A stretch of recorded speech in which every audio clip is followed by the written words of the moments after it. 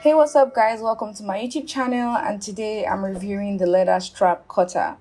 So I've had this for about 3 years now and it's been really working fine for me. I haven't had any issues.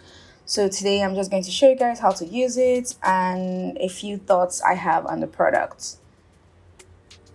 Okay, so when I actually received it, it came in two parts, which is the handle and the cotton head over here.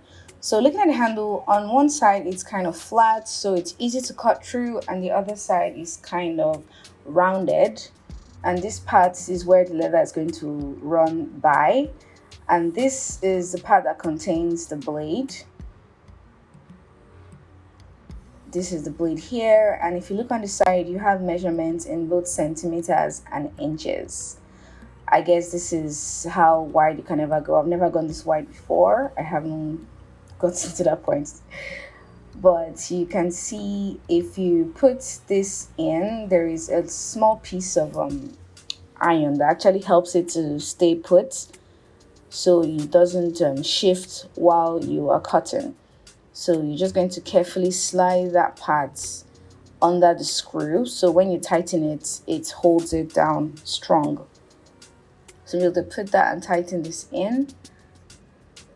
So quickly before we start cutting, if you look at this side, you see two screws. This is usually what you open. You unscrew them, and this lets the blades slide out. So it's always a struggle with soft leather, but sometimes I'm super stubborn and I do it anyways.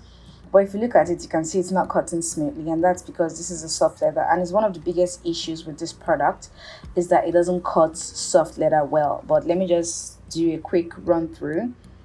So you hold the strap you're cutting itself, not the other piece, not on the other side. You hold that one and you just carefully run your hand downwards.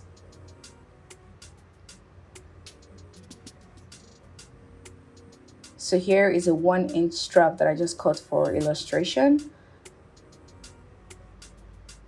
And this is an old clip I had, and you can see it's performing very differently with really thick, I think this is about 2mm thick, or more than that. It was like really thick belt for the waist, and it cuts way better. It was way neater, and that's because this leather is stiff, and that way it doesn't shift.